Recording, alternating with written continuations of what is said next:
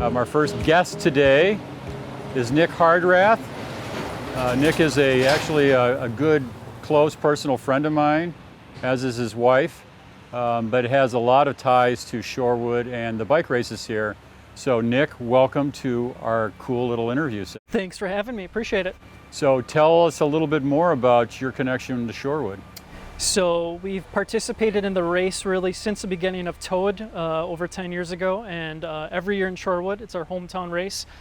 So we always invite family, friends that come out to the Draft and Vessel outdoor patio, kind of hang out. We race, all of our friends race, we cheer everyone on, and it's a big family event. Everyone brings their kids and they walk around the course, kind of talk to all of our friends and family, participate, and then at the end of the night we have some food and a drink, and it's one of the best days of the year. So this is our longest course. It's over a mile long. It's the only one we have that's over a mile long. As a bike racer, what's your opinion, feel of a course that long versus a shorter Criterium course? It's normally 0.6 to 0.9 miles. Yeah, not only is it long, but it has the super technical corners too. So corner 1 and 2 are 90-degree corners, so they're super technical. So down the straightaway, it's always really fast, and then it kind of bunches up and funnels through the first 2 corners. So it's quite challenging, because if you're not in the front, which usually I'm not, then it's a lot of playing catch up the rest of the course. So it's challenging, it's fun, exhausting all at the same time. Thanks for being here today. Thanks for having me. We hope you'll race next year. Absolutely. And we'll talk to you soon and Thanks. See you guys later. Appreciate it. All right, thanks, Nick. You bet. Our current guest is Jennifer Baynes, who is all things cycling. Jennifer and I, like Nick Hardrath, are good friends. We've ridden bikes together. We actually rode our bikes together across the state of Wisconsin. That was fun. That was so fun. Jennifer's been involved in some bike pedestrian initiatives here in Shorewood. And for now, I'm just going to say welcome, Jennifer. Thank you very much, Phil. So tell us a little bit about your sort of current hometown of Shorewood, what you like about Shorewood. Make the connection between having this event in Shorewood and for the people living here and the benefit of the community. Yeah. Well, Shorewood is known to be a bike-friendly community. We are, I think we're silver on the podium of bike-friendly status. I've done a lot of work with the Shorewood Bike and Pedestrian Safety Committee, so we helped get bike lanes throughout the village and on Lake Drive. So we're really just all-inclusive, and so to have a professional bike race here is just icing on the cake and so much fun. What were the roadblocks that you faced in the community in terms of adding more races to the schedule? I really think it was just a matter of the business district knowing how important it was to have women at our level. And we had men, we had juniors, and it was time to have more women that weren't just at the pro level. What do the people who live in Shorewood think about community event like the bike race? I mean, why the bike race and why not the circus walking through town or an art fair or something like that? What is it about that makes it special? Again, Shorewood is kind of on the map as a cycling community, so it just makes perfect sense. It's really harmonious with our values as a community. Sure. As our art fair, I mean, we want it all. We do it all. We have community dinners here. We have a lot of community events, and so we welcome this sort of thing. But again, to have an international bike race is just so exciting and brings the community out. We have a lot of spectators who aren't bike racers. So it's really good for the neighborhood, and it's great for businesses. And it just fits the values of Shorewood. What kind of images or memories do you want them to take home with them when they say adios and hope to see you next year? I've hosted a women's team. I've hosted racers from around the world, and I love what they take away. You know, they go jump in the lake after the race. The bike path is right there, so they can get anywhere they need to go. The riding around here is fabulous. So the feedback I've gotten from my cycling friends from out in the rest of the country it's just so positive. Yeah. We hope they have those same, take away those same feelings. We have a lot of races up and down the coast here, so Yep. you know, everybody gets a chance to be close to Lake Michigan, which is a wonder that we have here that we're really blessed with. Yeah. Well, thanks for joining us. Thank you, Bill. We will be seeing you over the course of the next year as we get ready for 2021. And stay well in the meantime. Thanks. Thanks, Jennifer. You too. Our guest right now is Nat Davauer, and Nat is the genius behind the now famous Draft and Vessel. Draft and Vessel actually has played a huge role in changing the dynamics of this event in this community. So Nat, thanks for joining us today. Sure, I'll take that compliment of genius, but in reality it was a whim that worked out for the best. It all adds There up. wasn't a though. lot of planning involved there, but we just wanted to cash in a little bit, and we like bikes, and it all worked out well for everybody, and now we feel at home and a big part of the race, which worked well. And why did you pick Shorewood to be the site of your business here? Because I happen to live in the building, so my house is right behind the wall here. That is business 101, right? Open up downstairs from where you When they talk live. about mom and pop shops, we are the literal mom and pop shop, and it wasn't everybody who was on board when I said I'm going to open a bar in the front of my house. There was definitely some uphill conversations there, but in the end, now people are calling me genius. So I wish you were standing here 5 years ago when I was talking about it. I wish I was too. I I knew might there have was got a out my bike race. wallet or something. I knew at least there was a bike race. That was one of my selling points. Like, well, I know of one day when Oakland's pretty busy, and I think we can play a part in that. It's just fun from my 4-year-old, up to me. So, what I get that same feeling from everybody. I've never run into somebody on the bid or a resident who isn't proud to have the bike race and has a good time when they come to watch the bike race. Well, thank you again for your support. Thanks for supporting the bid. Thank you for supporting the race here. Thank you for supporting the entire series. And thanks for chatting with us today. My pleasure. All right, Nat. We still are in Shorewood, and Shorewood is still the host of the Shorewood Criterium Cycling Classic. Still. And I'm still with Steph Salia, of my very close friend. Steph and I have been working together for many years now, and this year, uniquely, she was going to run the Shorewood race, the Bayview race, and the Downer race back to back to back. And I asked her, how can you possibly do that? And she said, Bill, if you can do 11 days, I can easily do 3 days. That's what I said. Exactly what she said, which was Right? a major insult, but that's okay. We got over that. Anyway, but Steph is also the new executive director for the Shorewood Business Improvement District. So Steph, thanks again for joining us here. I'm sorry we didn't get to do the race this year. We will next year. But give us your first impressions of Shorewood and working for the bid here. Well, I would recommend not changing jobs during a pandemic. Probably good advice. Yeah, but no, it's been amazing. It's been a little harder to get to know everybody, just because I really like meeting people face to face. So it's been a little bit challenging as far as like a lot of Zoom meetings and that sort of thing. But the district and my board are super supportive, and I'm really excited to start race productions here. So And you're a professional event planner. I am. You do this for a living. I do.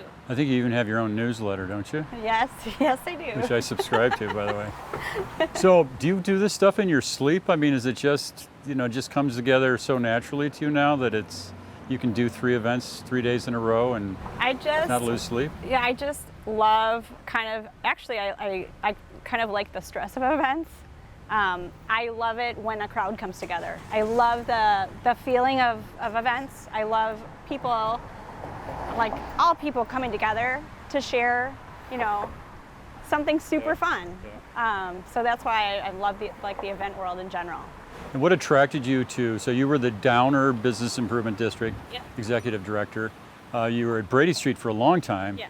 And you gave both of those opportunities up Right. to come here to Shorewood. What was the thing? Was it $1 million a year pay? Or Yes, what that's did they offer you? exactly what it was. That's what bid directors are known for, is like the mega amounts of money they make. I was on Brady Street for 12 years, and I just was feeling like it was time for a change. I know, several people in Shorewood and on the board here, and liked and love what is happening with Shorewood as far as changing and developing, and kind of wanted to jump into this and see what else we could make happen in Shorewood. So. Thank you so much. You've been so much fun to work with. The time you came into our lives, it's just been a blast. It's those calls and those meetings that just make doing this fun, and we hope you're having fun doing it. And we appreciate all the help you've provided and guidance and your honest attitude about things, and we will keep going as long as you want to. Let's keep doing it. And Shorewood going to invite us back in 2021? Heck yeah! Heck yeah, you heard it here first, folks. Steph, thank you. Thank you. All right, we'll see you again. Tour of America's Dairyland presented by Quick Trip attracts riders from across the country and the globe. We've been very blessed for many years to have a plethora of riders from Australia and New Zealand. And one woman in particular, Peta Mullens, came here many years ago on a whim after about to leave Tulsa, tough, said, hey, let's go up and do Tour of America's Dairyland. So she came up here unattached. She then ended up riding for one of the local bike shops here. Belgian Works up in Mequon, and ended up winning the Pro Women's Series that year. And our own Todd Busteed spoke with Peta last week. Well, yes, indeed. One of the names that has become synonymous with great racing here at the Tour of America's Dairyland. Peta Mullens. Peta, welcome. Good morning. Yes, good morning in Melbourne. How are things in Bendigo, Victoria these days, Peta? Yeah, different with COVID. I'm in the confines of my own house, so I'm able to sit here without a mask on, but it's actually compulsory in my state in Australia to wear a mask whenever you're out of the house. And I'm luckily that I'm regional, but in the city, they've actually got a curfew, so you can't go outside between 5 a.m. and 8 p.m. Yeah. Well, this entire year just has a big asterisk up on it, and so sorry to hear that, but looking forward to more great racing and celebrating a lot of the fantastic stuff that has gone on. So yeah, we're talking specifically in this little chunk about Shorewood. Now, last year, something unique happened in that for the first time in the history of Toad, we had to cancel a race. But we canceled the men's race and let the women race. What's your reaction to that kind of thing? Have you seen that before, or is that unique? I would say, firstly, America are quite relaxed in terms of their race cancellations versus Australia. As soon as we have a little bit of rain, we're like, boom, cancellation. And America sort of wait till there's lightning and whatnot before they cancel, which I appreciate. I think if the races are willing to continue on in those weather conditions, then we should go with that. But yeah, I mean, I was super excited. Obviously, Shorewood had a lot of money up. The locals had really got behind the race, and yeah, it was nice to put on a show for them. Yeah, and speaking of putting on a show, the Lowlands Lions Sprint was something that you attacked like a lion, if you will, last year. You had consistent results, winning just about every stage of that sprint competition. That was a lot of fun to watch that. Yeah, I think I was living at the time throughout that period with Harriet-Owen. Yeah. And on the first day, we both decided to go for the overall. And then I caught a glimpse of that Lowlands jersey, and I thought, God, that looks cool. I thought, I want that on my shoulders. So she went for the overall, I went for the sprint jersey, and yeah. And she went for the overall in commanding fashion. You entered the series on your first year, if my recollection serves me, unattached. But yeah. You didn't necessarily finish the series that way. Tell us about that experience. Yeah, that year I was actually attempting to qualify for the Olympics on the mountain bike, and my partner Jared and I had been in Europe, and we just woke up one morning and said, oh, we're not really feeling it this year. Let's try something different. And we booked a flight to America, specifically into Oklahoma, and raced the Oklahoma Pro Series down there, and on to Tulsa, which was amazing. And we were on our way back to the airport, and we dropped our hire car off and checked our bags in. And as we were about to lie the bikes down on the belt, we kind of just looked at each other and said, screw it, let's go to Toad. So, so we left the airport, picked our hire car up again, drove all the way north, and yeah, raced Toad. And I remember Jared didn't have a road bike because we were mountain biking that season.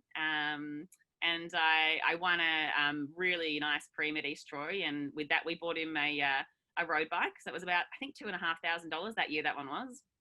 Nice. So bought him a road bike from Belgian Works, and yeah, the team there were amazing with us, really, and picked me up for the series, and yeah, gave me a skin suit and some wheels, and yeah, speed to the finish. Bill Koch, I'm pretty sure we need to write down and start posting as our new marketing slogan. Screw it, let's do Toad.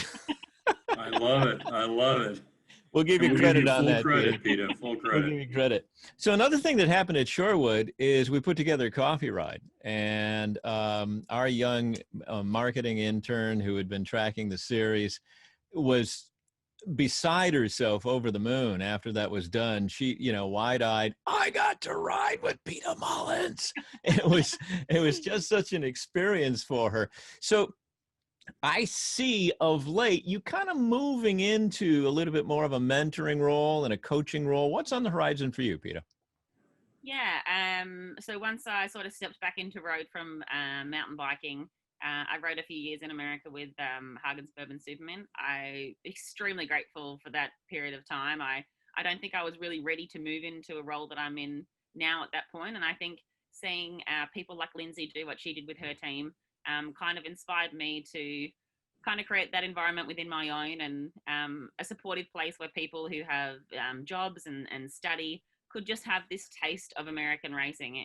In Australia, our pathway is usually Europe, and I had decided that I thought America was awesome, and I wanted other people to know that too. So yeah, I'd ridden a season in Europe with Roxel Attacker, and I got together with the head of the team, Calvin Rundle, and said, oh, let's take the girls to America. So yeah, I mean, we'd be there, or pretty much be on our home right now. We'd be on our way home. So we missed the US season this year, but really hopeful that we can get across next year. Yeah, you're not alone in that hope, Peta. We'd love to see you come back. We'd love to see you race in Shorewood and all of the venues. Always fantastic to see you show up. You bring energy. You bring other riders. You put on a great show. We miss having you here, Peta. And so here's to 2021. We hope so. All right. Thanks so much for joining us. Glad to have you part of Toad on the Road, the 2020 celebration of Tour of America's Dairyland. Thanks, Peta. Thanks, Peta, very much. All right, take care of yourself. Well, that's going to wrap it up from here. On behalf of all the partners, the folks that work so hard at the venues, the racers that enjoy the great state of Wisconsin and crit racing during the Tour of America's Dairyland, I'm Todd Busteed. Thanks for hanging out with us here on Toad on the Road.